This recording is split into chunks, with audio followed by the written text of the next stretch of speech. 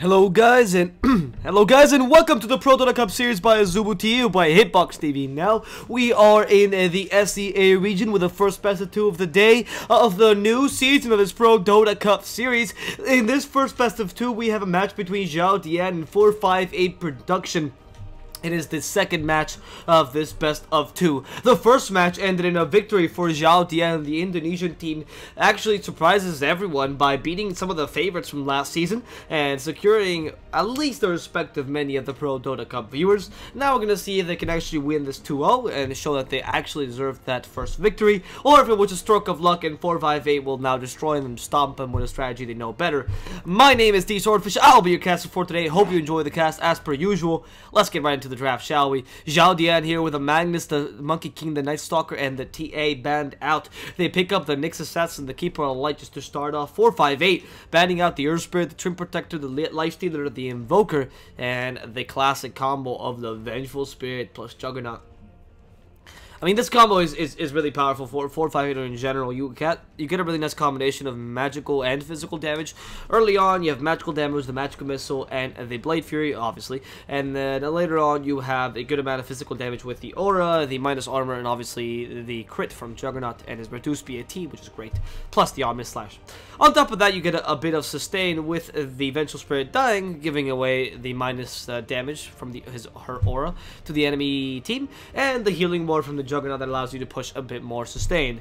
So the ability to take objectives just from these two heroes is insane, because you can take towers easily with the healing ward, you can push down lanes easily with the Blade Fury, and with the Wave of Terror. And on top of that, if you have enough space, you can take Roshan without too much effort, thanks to the Aura from the Vengeful Spirit and her Wave of Terror as well. In addition to being able to take towers a bit quicker with that Aura. So, in general, very nice, versatile combo. Works with almost every strategy. XIAODIAN going for something a bit different. They pick up the Keeper. Oh, Plow the Ogre Magi even adds to that a bit more, right? You take advantage of the Juggernaut's lower than average BAT with the Bloodlust, which gives you extra attack speed. Obviously, you get an extra stun and extra slow for a good lane domination. You can even run an aggressive tri-lane if you so please, because honestly these guys are pretty strong at tri-lane.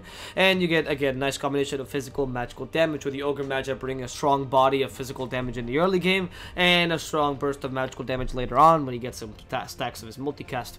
Now, XIAODIAN with the Keeper of Light, Nyx Assassin, a bit different of a strategy. Keeper of Light, great lane domination and able to just kind of keep your lane under control. Hard to push against the Keeper of Light as well. Not particularly Juggernaut, because you can actually heal most of the damage, but you know, you get the idea. A good amount of disables with the Blinding Light and the amount of leak can really annoy the enemy team, though not particularly against Juggernaut. And it gives you a bit, opens the map usually a bit more with the recall function. So you can take advantage of the gankers a bit better. In this case, the Nyx Assassin, or perhaps some sort of split pusher they might want to combine with this draft. Nyx Assassin, which is probably going to be position 3, though we have seen it play position 4 in the SEA region. Really strong in lane because of his high HP region, so it can even be combined with the Keeper of Light to do some decent plays. Can go for a double mana burn with the Keeper of Light and the Chakra Magic. That's not entirely bad, actually, if you consider it. Even some low cooldown Spike Corpus, I think it's like 4-second cooldown, so it's not bad. And more importantly, he offers you some initiation with plus the Keeper of Light. The Keeper of Light as a support doesn't really have any stuns, so having a, or not any secure stun, so having a really secure stun Nyx Assassin with the Spike Corpus and even further with the Impale helps a lot. That's a really good initiation. He's not an axe, he's not a centaur, but you know, it's not far off. And XIAODIAN now picking up the Lina as the mid laner. I actually do love the Lina. The combination of physical and magical damage is really strong for this hero. Being able to dominate the early game with her magical damage, her burst of magical damage against something like a Shadow Fiend, for example. Bringing a stun to the table as well, so that kind of makes up for the lack of stuns of the Keeper of Light. And that physical damage, which you can combine with plus your 50, or the plus 50 damage talent and the Bloodthorn, and then easily decimate the Juggernaut. Ooh, that's an interesting pickup, the Tusk. So you see that 458 has a good amount of sustain, a very solid lineup. You go for a Tusk to destabilize them a bit more. Their team fight is lacking in the sense that they have a lot of damage in team fight and a lot of good spells, like, say, Swap, Omni Slash, and the Requiem of Souls. But you don't actually have an initiation, per se. No, like, strong Axe or strong Clockwork or something like that can stop the enemy team. So the Tusk is perfect for these spells, as the Snowball can prevent all of these ultimates from dealing damage to your team, because they have no way of stunning your Tusk and preventing that snowball from happening. On top of that, the Ice Shard actually hurts a lot. The heroes depend mainly on on movement speed for mobility. And in this case, the Shadow Fiend, the Ogre Magi, and the Juggernaut are 3 of these such heroes. A swap can save you from a bad Ice Shard, or from really good Ice Shards. Yes, true, but the Tusk can easily decimate a Vengeful Spirit, who is going to be under-leveled most likely, and going to be very vulnerable against the amount of magical damage this guy dishes out. Now, XIAODIAN is missing a carry, whereas 458 is missing a offline. Okay, Ursa for them, right? Cool. And for 458, the Centaur is actually looking quite nice against what they have. Centaur is pretty strong against most things. In XIAODIAN, the Stampede is great. Having a bit of initiation is fantastic. The Snowball can evade your Hoof Stomp, certainly, yes, but with the Stampede plus, say, a Blink Dagger, you should be able to kill the Tusk in time. The Clockwork is the other option here. Go Clockwork, go Force Staff. Go Clockwork, go Midas, Force Staff. But instead, they're going to opt for the Beastmaster. Not my preferred pick here. They're going to try doing that again. I mean, Godot does love the Beastmaster, but this game seems a bit more dangerous. You're playing against an Ursa who is now pretty much coerced into going Aghanims, because the BKB is strong, but if you're put in a difficult position by the swap, then the BKB won't help you whatsoever, because the swap, well, doesn't stop that. The Omni Slash still goes to the BKB and deals a lot of damage. The Requiem of Soul still slows you and takes away damage despite your BKB. And though the Ogre Magi can stun you, his stun is not one of the longest in the game. You're actually more concerned about his slow, especially in the early game, and even the slow of the boards, which, again, the slow of the boards go through BKB.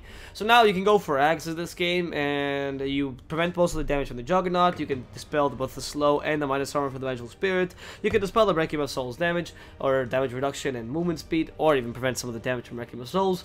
And more importantly, you can dispel that Beastmaster Roar. And since 458 have no silences whatsoever, there is actually no counter to your ultimate. So I would really like to see this to be an Ags game where the guys from XIAODIAN just dominate from the early game and then snowball out of control. Last game I thought, it could be for anyone. The drafts are pretty equal. This game, though, I have to give it a bit more to XIAODIAN. I do love their draft very much. The Lina in the mid lane against the Shadow Fiend going to have a pretty easy time. The Ursa going to be able to snowball pretty decently. Either if they run him in aggressive Twilight against a Juggernaut, because well, that's obvious, because these just excels against melee carries. Or if they run him in a defensive Twilight, he is probably going to have an easy lane regardless. I mean, he's up against a Beastmaster, probably another solo lane, and we've seen what this team can do if they just give him a solo lane to farm. On top of that, if they give him a solo lane, the Coddle could just, go down bottom, help out the Nyx Assassin, and be a real nuisance against the enemy team. That Mana Leak and the Illuminate actually hurt you a lot in the laning phase, so not bad. Let's present the teams real quick. Before we do so, allow me to present myself. My name is DSwordfish. I will be your caster for today, and let's see what the teams have in store for us today. We have 4-5 production straight from Vietnam. It's the guys, it's this team in the raid side. Godot is going to be the Beastmaster in the off-lane position. In the mid lane, 4-5-8 will be playing the Shadow Fiend as the carry, the Juggernaut played by Guzma, the first support being LFT on the Vengeful Spirit, and finally the Ogre Magi played by HMY.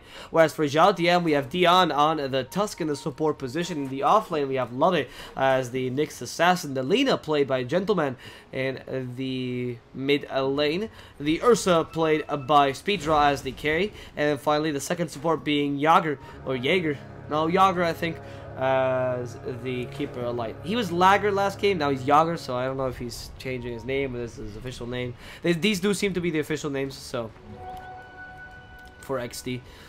So I'm just going to assume that's Jaeger. Maybe I misread it and it was Lager last game. It just seemed that way. It's a new team, so bear with me for these guys. Net worth difference already in favor. Why is it in favor of the guys at XIAODIAN? I wonder. Oh, because the courier? Yeah, that must be the salve difference to some degree. And something else. It shouldn't be any, because they actually have the same bounty rooms.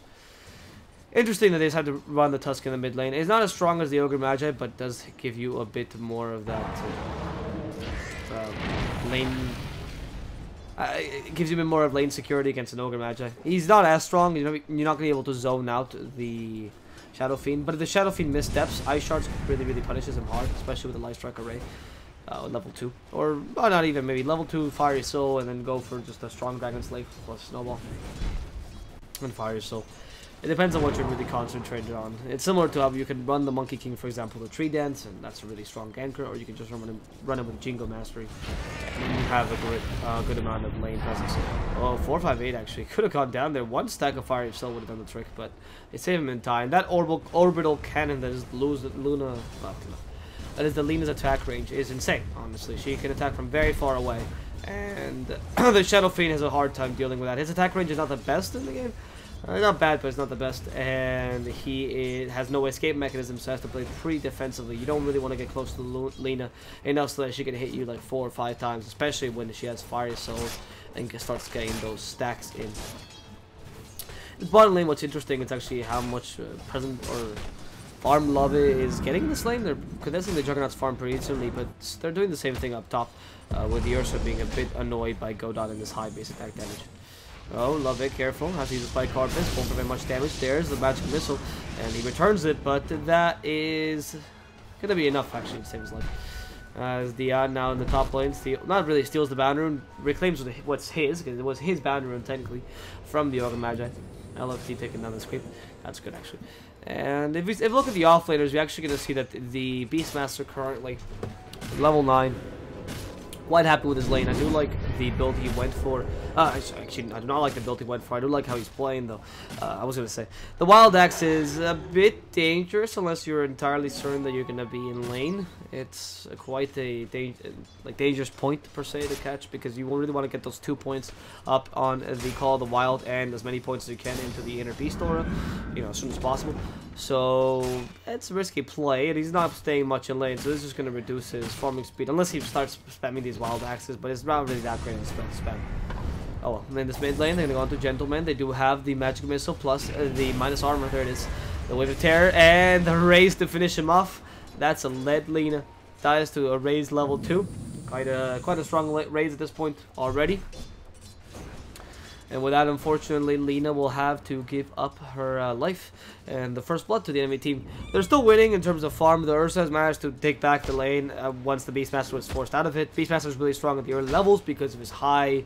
I think he's the 3rd highest base attack damage in the game, so it's pretty important, but it's not high enough. Oh, the Blade Fury from the Juggernaut onto the Coddle, who took a lot of damage from the tower. Love is just following him from behind. Has an Impale. HMY coming in as well with the Ignite and the Healing Ward to heal up Kuzma in case something happens on the Nyx's side. That was a really weird play. The Coddle coming in with no reason. I mean, he does have boots, and he's really fast, but you don't want to just take damage for no reason either. Nyx Assassin being put in kind of a dangerous position. There's the Magic Missile. LFT. Oh, it's harassing him. The Magic Missile is going to hit the Coddle in the end. It's just a bit of harassment. HMY, once they hit someone with the Ignite, is unable to do so. As he does, the Spike Carpus can come in from the Nyx Assassin at any moment and could put him in a very dangerous position. So, alright, that's good. I like that. Sorry, from casting the Kiev Major, my voice is gone complete. Just died completely. We were the official Spanish cast, so had to. Yeah, my voice is just completely dead, so I do apologize for that. If I do clear my throat or something, I don't mean for it to sound on the microphone. It's just sometimes I'll forget, and I need to really make my voice sound decent again. Why take a rest if you're a caster? Right, Diane. Here in this mid lane as a Snowball Ice Shards combo already. That's a pretty strong combo if you do want to run it against, say, Shadow Fiend, for example, without any escape mechanisms. But the issue is this Ogre Magi. The Bloodlust, if he just TPs in Bloodlust, he actually gives the Shadow Fiend a huge escape mechanism just with Bloodlust, because it's already level 2. That increased in movement speed is considerable. And they can counter gank really easy with Eventual Spirit. So, Gentleman, though he is... Actually, he's not even winning the lane. Look at the last, it's actually 16 lasts for Alina, not working out in their plans whatsoever. They're going to rely a lot more on the Ursa. And the Beastmasters managed to also take control of this lane in the top lane, just going to the jungle, getting all the levels he needed, and now contesting the Ursa's farm with the boards. Very smart. Meanwhile, on the bottom lane, Juggernaut wanted to get that kill, but doesn't have the level 6 yet, waiting for that Omnisage to come up. The Ursa will have the level 6 very soon, and that could put Godo in a precarious position. He wants to go for the boars instead. That's the first boar cleared. I think that was the right boar. Pretty sure, because you wanna kill the boar that has been alive for the least amount of time. So you get rid of the stupid boars and you can last it again, because those things are very annoying. A good Beastmaster will never let the boars die against Ursa, but of course that also depends on how much you care about them. Because you're going to really kite him indefinitely with those boards. It's very annoying. Unless he uses Enrage, but obviously, why would you ever waste that? Oh, that was a great Impale plus the Illuminate. Even with the... Ooh, I like that. The Mana Burn to add to it so that he couldn't Blade Fury away. Now he has to stand in the trees and either TP... yes, TP and sacrifice some time, which is what he should be doing, obviously, because that way he heals up. Or stay in the lane, try to get XP, but also risk death. So that worked out for him. That's still a good combo. Honestly, the Impale plus Blinding Light... Oh, sorry, plus Illuminate is a considerable amount of magical damage, and then the Mana Burn prevents you from Blade Furying away and having that security in the lane.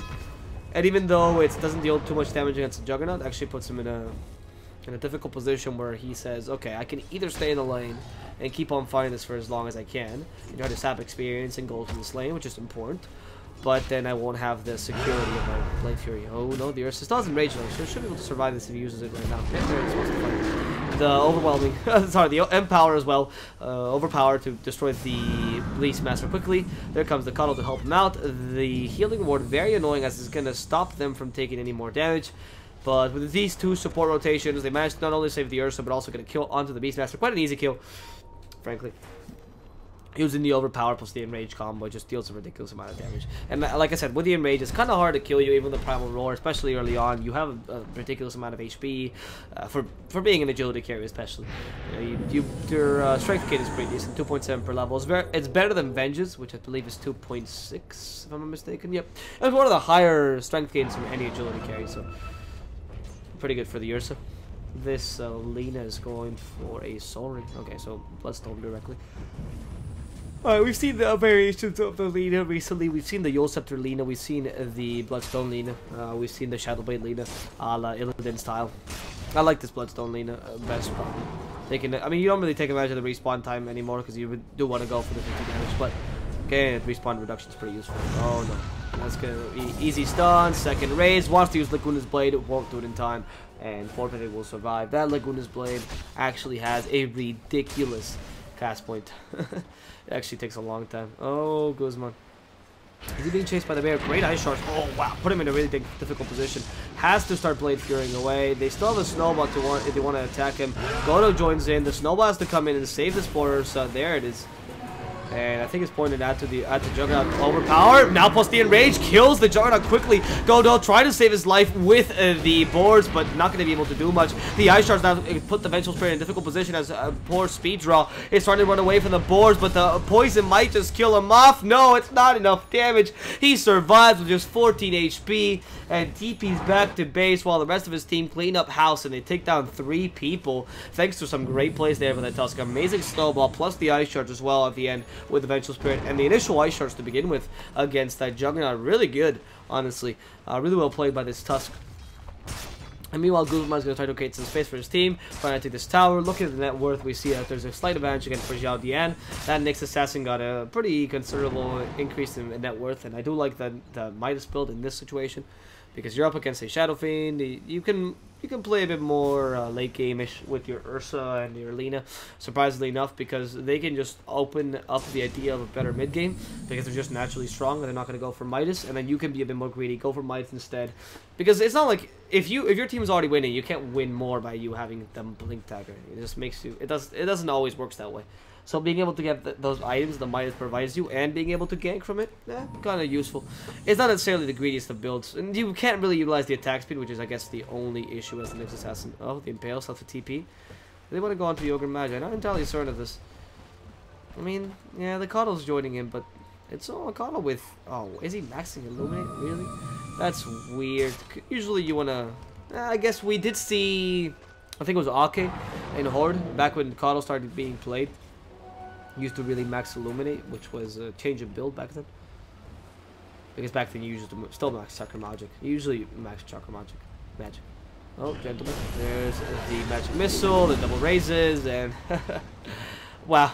He just stood no chance against that gank. He was just in a bad position. Wrong place, wrong time, you know.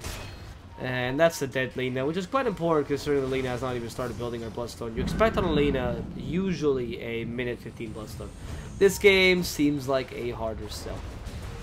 Meanwhile, the enemy team, if you look at the I don't know why I said enemy team. If you look at 458 Productions team, you actually have a Shadow Fiend.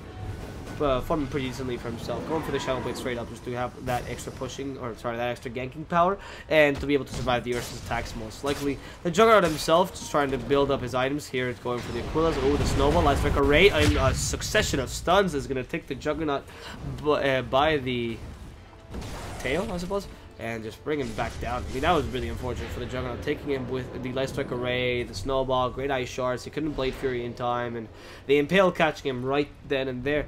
Should have Blade Fury as soon as he saw the Impale hit, or the Vendetta hit, but didn't have time, or didn't have the reaction time, or wasn't looking at his character. Whatever happened. There's a smoke, by the way, from the XIAODIAN team. These guys are good with the smoke. I appreciate this kind of these kind of aggressive tactics with the Tuskers and Ursa Nyx Assassin.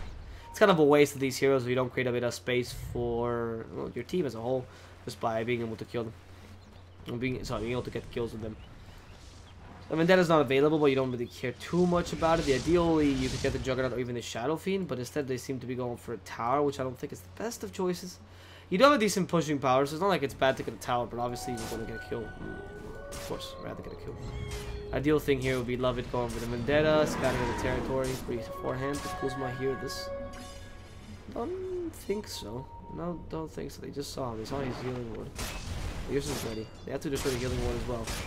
Assassin will jump in, Impale, destroy the healing ward, and the Ursa just jumps with the Empower to destroy the Juggernaut in 4 hits? No, 4 hits it was. Absolutely wrecked, as the Juggernaut can't do anything against the Ursa. I mean, in the early game, the amount of damage that Furious types deal plus the overpower is just ridiculous. And with this combo, Gentleman and Speed Draw will just take down this tower easily. Now, Speed Draw decided to go for the Vlads after breaking up his Blink Dagger pretty early, being able to gank early. I like that. While the guys at 458 themselves will be taking a tower in this top lane, taking advantage of the Shadow Fiend's souls, and soon to be the Shadow Blade. Wow, Light Strike Array damage over 80 Light Strike Array damage, which brings it back to its old value of 280 over the cast range. So you're valuing, I guess you think that you don't really need the cast range because you're already doing pretty well with the current cast range. Don't know, I would have put the cast range over it, honestly, rather than putting the extra damage. Oh well, they go on the Tusk. That's a Primal Roar. Tusk in the world are hurt, and they just bring him down with a Magic's Missile there. But they still want to initiate from behind. The Ursa's ready. Jumps in, goes with the Ogre Magic, eats him up, and the Impale just catches the Juggernaut. But it's going to be enough as the Laguna's Blade hits him right in the face. I mean, enough to bring his HP down to 0. And Gentleman will now be fighting the Economicon Crypts. They have to destroy them before he dies. The Magic Missile will come in, and 458 is going to use a Requiem of Souls in the middle of the enemy team. Brings down Gentleman, but the Blinding Light puts him in a difficult position. Now the Impale from Love It and the Shadow Fiend can't do absolutely anything once he's been stunned and blinded by the enemy team. The Ursa is healing back up with his salve, has an Empower. The Hawk is about to see him. I don't think it detected him. Godot is none the wiser here. The Ursa wants to jump on him. The Impale going to catch him with Snowball as well, and Godot will just be destroyed in a couple hits. The Ursa jumped into his death though, as he used the Earth Shock to finish off the Beastmaster, but instead fed his streak to the Shadow Fiend, giving up a lot of gold for 458, who's actually going to make a net worth of, net change of 613. That's pretty nice. Now Dion being stunned out and subsequently destroyed by the Razes. And the guys from XIAODIAN lost a bit of the advantage they had acquired up until now in this game by that team fight. That loss of the Ursa was huge, honestly. 600 gold at this point in the game is a huge swing. And the loss of the Tusk was unnecessary, honestly. Oh, that was a good one. I love how Carl's playing a bit defensively. It's actually working out pretty well for the team, because he just makes it so that it's hard to take objectives, so that the enemy team can't really snowball, and the Ursa just, gets pickoffs constantly whenever he can. So the enemy team wants to play a bit more defensively, try to go for objectives. They can't really do that. That was a terrible position by Alina. TP'd in, sorry, I bet around here, but against a Beastmaster, you kind of have to expect a Hawk to be around there somewhere. And that's that's a level 4 Hawk, so you can't really see it. You're not going to waste any sort of dust or anything on it, so I don't like that play. The Nyx Assassin, I think he knows there's something going on here. They see this sentry, and the Aegis goes directly to the Juggernaut. This could be an initiation looking for. The sentry was here, though. They did see the Shadow Fiend. Okay, now they take the enemy ward themselves. 20% XP gain for this Beastmaster. The Economicon level 1 at a decent timing. I think he should be able to get level 3 by minute 20. And Necronomicon is quite strong against Coddle as well. Even if you're feeding them sometimes. Oh, the Requiem of Souls, but he's get dusted before the Requiem came out. The Ice Shards putting the Shadow Fiend in a difficult position. Can't run away. Dion is going to go down though. That is revenge for that kill. Laguna's Blade takes down the Vengeful Spirit, and then the Ursa eats up the Ogre Magi. They want to go now onto the Juggernaut, but it's going to be a bit hard as Juggernaut is quite fast. Well, as the Aegis, there's the Mana Burn, and the Orbital Cannolina just hitting him from very far. Not going to be enough damage to bring him down, or no stuns to just catch him out. They decide to go for the tower instead. 4-5-8, losing a lot there. Very dangerous Requiem of Souls, and the Great Dust, I believe, by the... I want to say Tusk, yeah. It's either Tusk or Next Assassin, I believe it was a Tusk. Plus 20 damage for the Juggernaut, opting over the health, going for a more aggressive build. Don't disagree, especially when you have minus armor. It works out well to have the damage. And Grunt says, the idea behind LSA damage, the farming is a lot more comfortable since you can just instant nuke waves. That's a very good point, actually, Grunt777. That's a very good point. I do believe the cast range is still better because the cast range improves the cast range of your spells. So if you have more options and versatility in terms of being able to go for Bloodthorn, being able to go for Yule Scepter, especially against a melee hero and a hero who uses Hurricane Bite commonly as the Shadow Fiend. But I do understand that the farming, it makes it much more comfortable because you can again insta-killer waves. However, later on in the game, once you get the plus 60 damage and the Fiery Soul, if you have good control over your auto attacks, you should be able to, you don't need the extra damage, essentially is what I'm saying. Because the natural Lina build works out for you anyway. But the extra damage it's definitely useful. The extra farming speed is not bad. I would rather go again for the cast range. I think that the utility offers you a bit better, especially when you're dying this often in the game. It was common before, back when Lina was played mid early, to see Ether Lens on Lina. It wasn't like a crazy option, so it's the kind of same idea, except it's an integrated Ether Lens in this situation.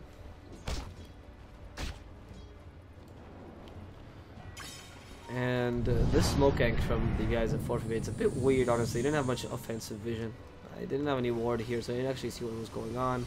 I go to the high ground, the swap onto the Coddle, kill him off quickly. The Tusk Snowball just gives him a couple extra seconds of life. They were way too quick with the Coddle. They couldn't do absolutely anything to save his partner's life. And with that, XIAODIAN will be losing the Coddle only, and that's a little bit of high ground defense they're losing as well. Yeah, cast range is usually for Yule's builds. Yeah, that's exactly what I'm saying. So yeah, so you understood. But the Yule's builds, regardless, it's not only Yule's builds you have to consider. That also improves things like Bloodthorn, for example, or if you want to go, we've seen Hurricane Pike Lina before. Those kind of abilities also get improved. Unless she's planning on going as Shivas. If she's not going on Scythe of Ice and stuff, I understand. But if she's planning on going for Shivas, then yeah, if she's planning on going for Shivas, then it's like, yeah, okay, sure enough. But if you're planning on for Scythe of Ice or Bloodthorn, it's useful for all those things, especially against the Shadow Fiend. And a Juggernaut. Being able to kite those with Lina is very important. Your turn rate is not too great, so you really want to maintain as much distance as possible. Doesn't really matter. Both builds are viable. It really depends on your style of play. Oh, Guzma, careful. He has the Bloodlust and the Onslaught to catch the next assassin. That was a good spike Carpus in case the Juggernaut just saw him by accident. Getting the plus 50 damage. I do like that build. Over the minus 30-second respawn time. The minus 30-second respawn time, if you're losing the game or if you're not doing too well as Lina, you want to go more utility, I suppose that's a valid thing. But ever since they changed that, you really opt for the plus 50 damage to have much more relevance in the late game. And that plus 50 damage plus the Fiery Soul just works so well. Especially since they changed they made for the Fiery Soul. Now that the Fiery Soul level 25 gives you more per stack, it makes it a much more powerful skill. Rather than getting extra stacks and being, forcing you to spam more spells, you just get more for less, essentially. So it's great. 2 seconds of additional explosion to loot roughly. Yeah, maybe in the early game, definitely not in the late game. Not with Fire Zone. That's an interesting calculation. No, but definitely not. If you know how to play, you can hit anything. Oh, look what a play to just kill him. Wow. Yeah, I was gonna say that. I guess he has Aegis, but a bit dangerous. Oh, there's the Blink Dagger. There they go! Onto the Shadow Fiend, but they stun him out quickly! That was a beautiful Impale, stopping the initiation from to the course. The Blind Light bringing them back. They want to kill the Godot first. The Primal Roar will come out, but only on the Tusk, and the Ursa losing his enrage. It loses his life really early in the engagement. The Ice Shards puts Guzman in a super dangerous position. The Dragon's Life even catches him out. The Light Strike Array, it's not where the Juggernaut was. They just couldn't predict that those Ice Shards were so well positioned. The Impale still gonna find him, and Guzman will just die in the middle of that. that jungle. That's an offlaner and a carry for a carry and a support. I guess it's slightly more beneficial to the guys like XIAODIAN, but in the fight recap, yeah, it's not much of a difference, honestly. Kano getting the bigger part of that engagement because of the kills and the fact that he didn't die, allowing him to get an early Ags, not a bad idea. I mean, it works out. I do like giving some farm to your support, especially a support like Kano, which Ags is such a big thing this game. Being able to counteract the Beastmaster's vision, and more importantly, being able to kill his wards or his birds, is much easier with the Kano Aghanims and Gem. It just makes it, I mean, it makes a world of difference, especially when you're playing with an Ursa, right? The Ursa really relies on the enemy team not having vision of you, and you're being able to initiate from the angle that you're looking for, right? The proper angle. Being able to go into melee range and be able to use your Earth Shocks in time. So the fact that the Kano can take down those annoying bird wards is going to be a blessing. In addition to the fact they can take out normal wards down as well, right? I mean, it's not really a bird ward. You understand the point. It's just the bird is used as a ward. Double damage on the sword, so wants to make use of it. Overpower, and I found the Vengeful Spirit. Chance to stun. Ooh, that Blink Dagger trying to evade the stun. The Lina will just jump in. No need for the Lina regardless. They just bring him down. And the Nyx stuns out this Shadow Fiend with a very dangerous play, but really good as the Blinding Light brings him down to a difficult position. 458 activates the BKB before he dies. That's just going to be a wasted BKB charge. In fact, that was his 10-second BKB. He was very hopeful about the amount of damage that XIAODIAN had.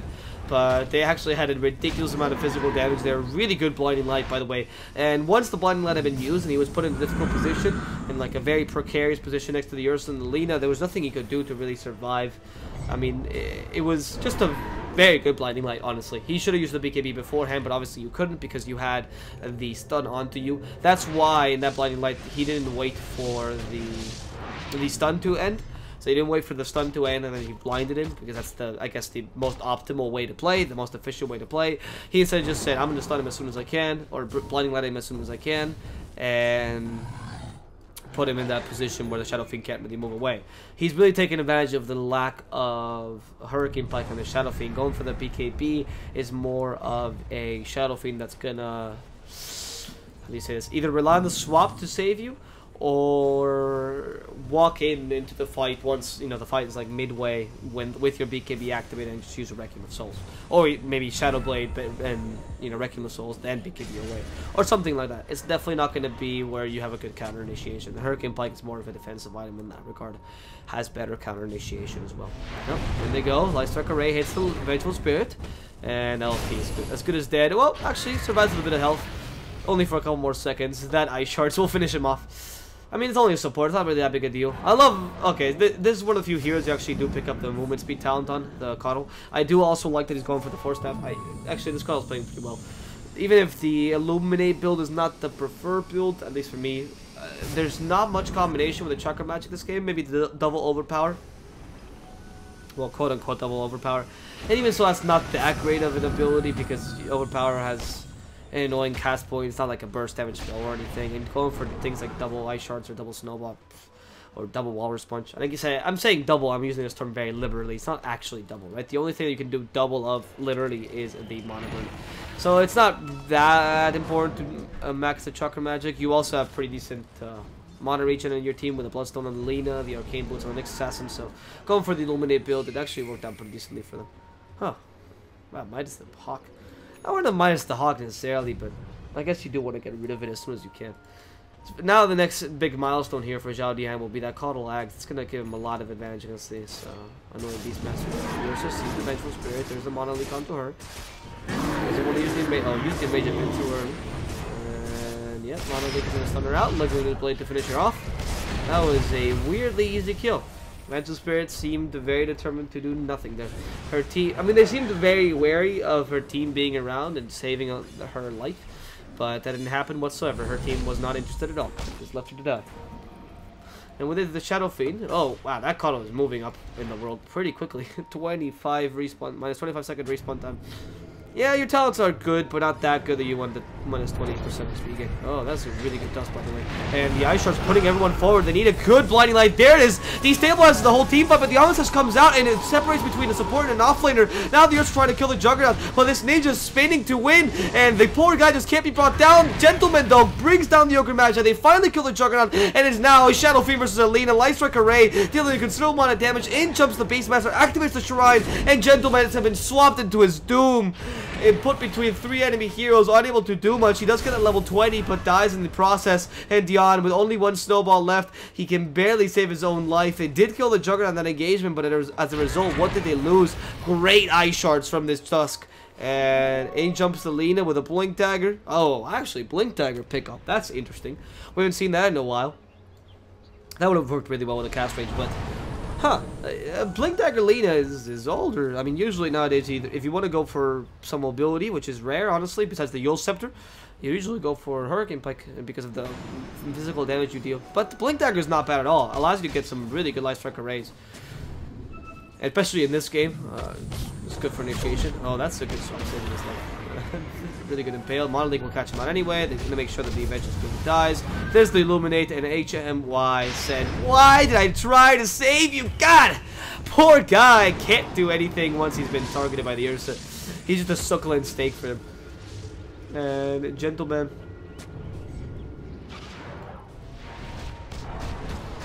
Is going to go for the Shivas now. So he's going to go for the Shivas build. Yeah, now I understand the lack of cast range. If you're not going to go for many targeted items. I still love that Blink Dagger. Actually, Blink Dagger Shivas allows you to turn into kind of a tank initiator thing, which, considering your offlaner is just a Nyx assassin, not necessarily a Centaur, for example, having that in your team is not too bad. I wonder if Nyx knows. I mean, last time he pretty much dusted out of nowhere and found this Shadow Fiend. So, and this happened multiple times. Love has been so super on point with his dusts. Okay, there's no sentries around. They're checking to make sure that, oh, the Tusk put in a difficult position, but they already destroyed the Juggernaut in a matter of seconds. The Requiem of Souls came out, but it barely dealt any damage to this Ursa, who used to enrage on time. However, the Ursa is going to sacrifice his Aegis here. The Laguna's Blade hits the Vengeful Spirit. They want to finish her off quickly. The Mana Leak is just not finishing her off, and there's the Impale onto 4, considering the Necronomicon creeps were very valuable there. That was a fantastic Impale that puts the enemy team in a difficult position. The Ursa doesn't really care much about the damage. The Blind Light is here to save his life. The Assassinate will just kill him off. The Vendetta damage, the extra backstab damage from the Vendetta will just kill off the poor Shadow Fiend, and it's only the Coddle and the Nyx Assassin surviving, but the cost as well of killing the Shadow Fiend and the Juggernaut. That kill on the Juggernaut really worked early, but the BKB from the Shadow Fiend worked wonders for them. That BKB plus the Hurricane Pike, now you see how powerful that item is, getting a bit of that defensive foul, right? Being able to kind of move around the map. That mobility is so useful against the Ursa, especially to kite him. The Ursa himself was trying to go for a Desolator, interestingly enough, going for a very, very early game, or mid-game Ursa, just trying to take advantage of the snowball that he's gone this game. After all, he is pretty farmed, only Shadow Fiend beating him in the farm. And Lina herself, though she has died a couple times, her Bloodstone charge is still at 10, which is a decent amount, and once she gets her Shiva, it's going to be really hard to kill her off. Light Strike Array doesn't actually impact on that Juggernaut, and we can let him go easily. In terms of net worth, we do see that XIAODIAN is winning by ever so slightly, 4,000. And in terms of experience, they are winning by closer to 10,000. If you look at the hero levels, we'll actually see Lina being leader in terms of experience, even though she doesn't have any experience talents, so it's important to note. The Beastmaster does, and he's still a lower level than the Lina. The Ursa is falling in behind, but the Coddle, on the other hand, is doing much better than the enemy supports. If you compare the Coddle being position 5 to, say, the Vengeful Spirit being position 5, the Coddle is doing much, much better. And in terms of levels, I guess you would compare the Tusk to the Vengeful Spirit, and Tusk is also doing a bit better. Venge kind of relegated to go for that Medallion into the Solar Crest build, which is useful, yes, because Medallion and Solar Crest are super big items right now, and they're very strong. It's not, game winning by any means, or even that great for you. You usually want to go for a 4-staff or Blink Dagger right off the bat, or even Ghost Scepter in this game, because you die way too quickly. And playing a sacrificial Vengeful Spirit is not only not fun, but it's just feels you feel very desperate. Roshan may respawn in 5. I really love that time, because you end up having to rely pretty much solely on your team doing well while you're the sacrificial Vengeful Spirit, which is not that great either. I mean, it's you can't really do that many plays with her. You've seen how little impact Adventure Square can have in this game. Just basically because you either have to get a great swap, that's the only swap you're doing the whole game, or the whole team fight, because you're going to die right after it. So your swap must be amazing. 7 armor, opting for that 7 armor, shows how scared he is of the Lina and the Ursa power, which is understandable. And this bottom tower is not going to be defended for sure by the guys at the XIAODIAN. They're really determined to defend this. I mean, the network difference now could pretty considerably in their favor.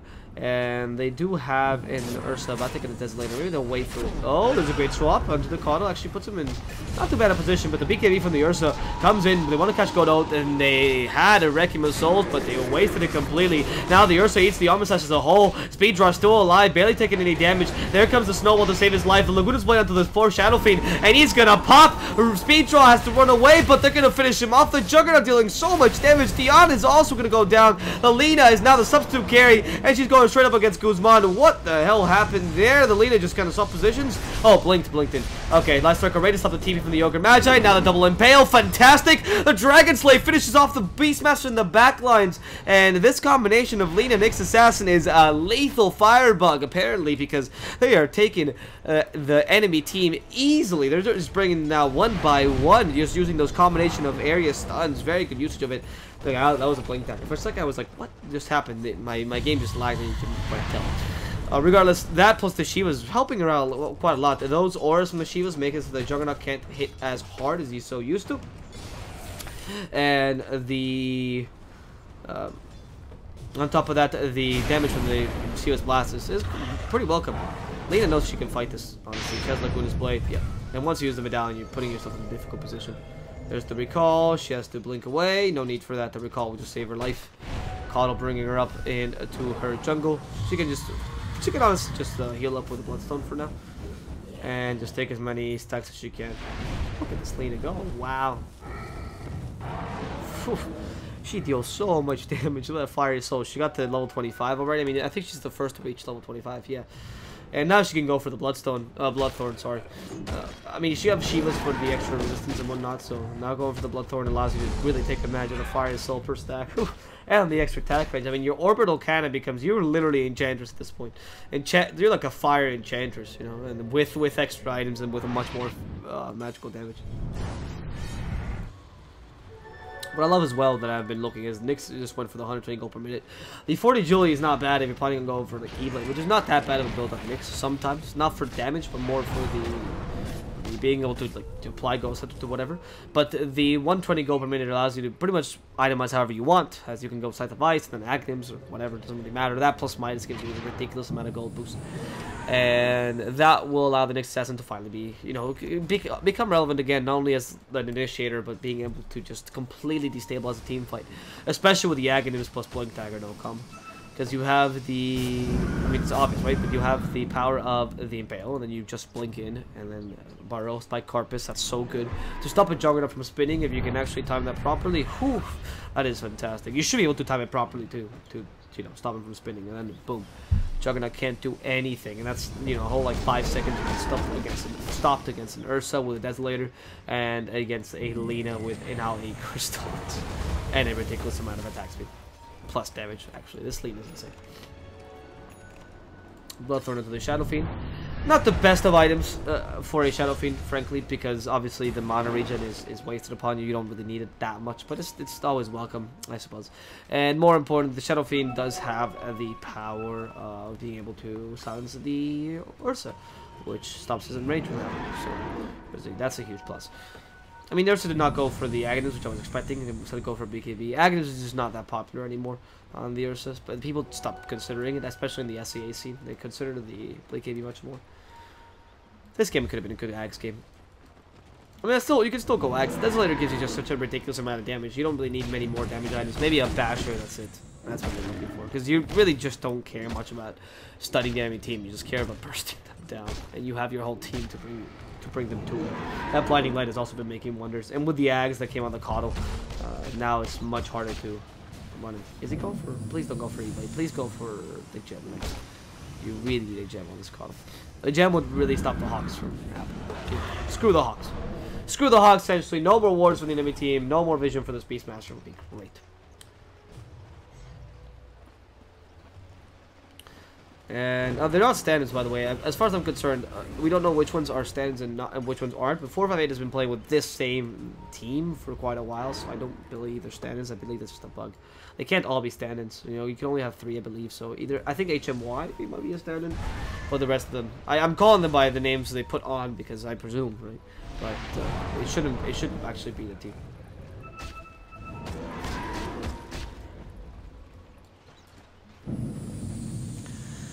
Yeah, the gem should come soon on the call, because the gem is going to come on the Beastmaster first. I mean, he has the power of the Hawk to reward things, and he knows he has to contest this this map domination the Coddle's going to get up. Not the best of smoke gank, by the way. It's still day. In fact, no, actually, no, soon it's going to be night. Never mind. That's my bad. It's night now. You can use the smoke and get it better. In fact, they're just going for Roshan anyway, using the minus armor they have. No solar crest this time, but you still have that wave of terror. That's an easy Roshan for them. And 458, okay, still in the game, definitely. The Shadow Fiend has been beaten by the Lean in terms of net worth, but he's still relevant for sure. Grabbing the cheese with that Aegis, it's quite happy. And the Juggernaut with the with the Blink Dagger and the Monka style, dealing considerable amount of damage. And no Diffusal Blade on him though, which means that even though it's considerable, he's not as farmed as he should be. He's unable to really purge the Ursa, which the Diffusal Blade does greatly, by the way. Being able to purge him and just run away. And because the turn rate is quite bad, it's quite good as Juggernaut, especially if you're spinning. But the issue here still remains that the net worth of the Juggernaut is considerably less than that of anyone in XIAODIAN, and in the cores, mind you. I mean, it's less than the Nyx Assassin, and the Nyx Assassin should really not have better net worth than the Juggernaut here. And the Ursa is beating you by quite a lot. Granted, they have early game domination, and they're supposed to be winning anyway, but what are you supposed to do? Or what are you meant to do against a Juggernaut, or against an Ursa that has a Desolator that destroys you in seconds, and you barely have the items to even deal damage to him? Even the Diffusal Blade.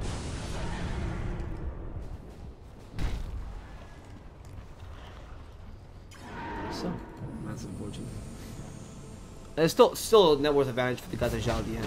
Frankly, they're doing quite well in both games. They're surprisingly playing this mid game more than anything. I would like to say early game, but they've shown last game it's more of a mid game style where they don't lose too much early game.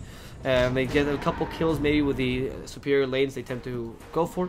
And then you do go for the full mid-game package, right? The Nyx Assassin or some sort of other off-laner that can stun and have a bit of initiation.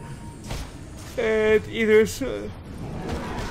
one snowball carry, and then one carry that's more... Or one snowball carry, one traditional carry, or one space grading carry, one snowball carry, as you can see.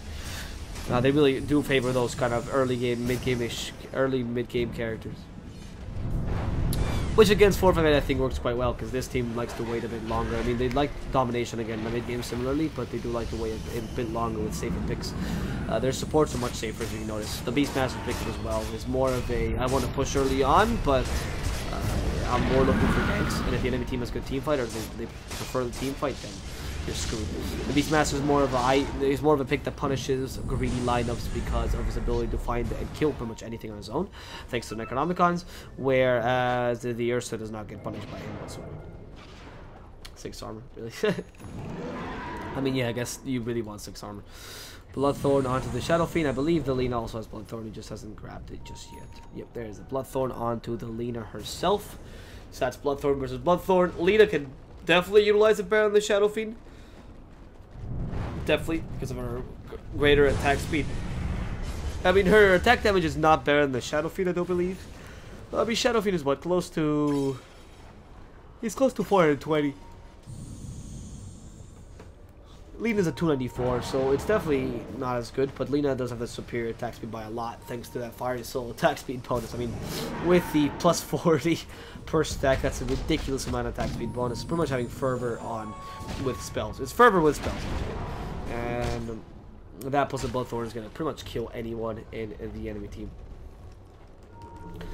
I mean, maybe even the Juggernaut, he can only Blade Fury that Bloodthorn away, or he can only Monster that Bloodthorn away, sorry, because he can't play Fury it away, obviously, because he's going to be silenced. So, if they just wait for the Monster to come out, then that's an easy kill for the Legion. and that helps you out because the Ursa has started to become not as relevant as a carry. He's going to become more of a secondary, you know, initiator, trying to kill 1 or 2 things and then die, because the Ursa really does fall off at this point in the game. The Lina can just start becoming that ranged carry that you rely on, and it's going to rely for the rest of the team fight. Wow, Lacuna's played, Bloodthorn, and there it is, Vengeful Spirit done. No more swapping, and from behind comes an Assassin, double impale, catches out the Beastmaster. Now the Ogre Magi, they want to eat him up, but they already raised the Shadow Fiend in the air. Good, BKB will not stop the Walrus Punch from happening, and that's going to be a dead Shadow Fiend together with a Vengeful Spirit and a Beastmaster, taking the gem quickly, and it's now day for the guys at XIAODIAN, who are ready to take advantage of this quick kill they made. Kill the Shadow Fiend, super important there. That Walrus Punch, though, I mean, even with the Hurricane Pike plus the BKB, he wasn't able to make it out thanks to that Walrus Punch. They found their way to stop him, and the BKB started to become much, much shorter. Now going for the 5-second BKB. I think that was a 6-second one, and it was his last one. As he's not going for the 5-second one, it's just not as powerful. Plus 8 all stats for this Juggernaut. So the movement's blocking, of course. So I don't know why I said that. And now they're going to start taking this mid tower down.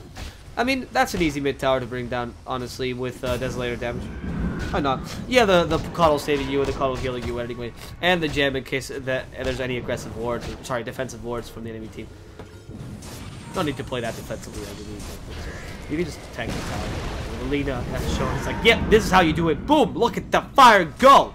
And that was pretty impressive. Actually, take the tower really quickly. That Mono Leak also becomes a huge line door to live on, really consider it. Oh, it comes the Ursa, Urshock, and they blow up the Vengeful Spirit. The Primal Roar catches up the Ursa, puts him in a difficult position. He is the Always Slash, but it's separated among 4. And we just bring in the Juggernaut for a ride. The Walrus Punch catches him out. The Light Strike Array won't hit him. He has to run away with the Blade Fury. The Hurricane Pike him to safety, and they will save his life. The Vengeful Spirit finally joining back into the fray thanks to the buyback, losing all her mana thanks to the Mana Leak. The Shrine will actually make sure she stays alive. And the fight continues on as the Impale comes up and hits the Shadow Fiend. They want to go onto him. No, Guzma, they just jumped onto him, and poor Juggernaut committed suicide against the Ursa, who blows him up in a couple seconds. The Vengeful Spirit now forced out defensively, and LFT will see his own life flash before his eyes before he loses all of his HP.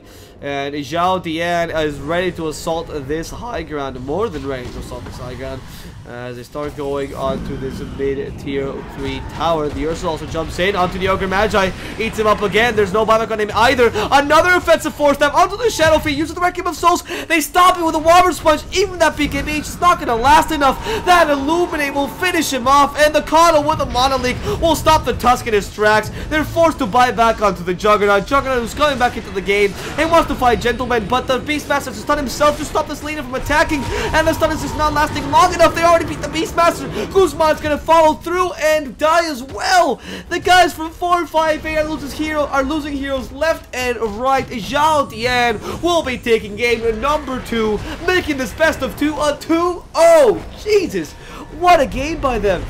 Honestly, we've seen the style of XIAODIAN. We know how they play, which is they like going for this snowball kind of early, get lane dominating carries. At least one of them, either the Lina or the Razor they played last game, and then another carry that's more of a snowbally carry. They don't like going for too much late game. Now, having a bit of late game is good, like they had with the OD or the Lina, but it's not too much, not going too far into late game, trying to win pretty early within that game and getting that early game advantage and taking advantage of it. Strong supports as well. They do like having strong lane supports. The Tusk, the Coddle, that Team Protector last game pretty well by XIAODIAN. And 4-8 just don't stand a chance, honestly. They play against greedy lineups. They're used to punishing greedy lineups. That pick of the Beastmaster is more of that kind of style. Did not work out with them too well. They were hoping for better lanes, and they just couldn't beat XIAODIAN in their lanes. Honestly, especially Nyx Assassin, what a great game by him. Playing almost to perfection with those impales, having a huge impact in the game with those stuns, and pretty much becoming the initiator that XIAODIAN needed. That said, guys, that is the game. That is the best of 2 done. We will start with the next best of 2 between NND and RRQ very soon. But before we do so, we'll have a quick pause just so I can restart the stream. Make sure it's at the prime stream quality, because I actually have too much bitrate for hitbox. And we'll come back very soon, so don't worry. My name is DSwordfish.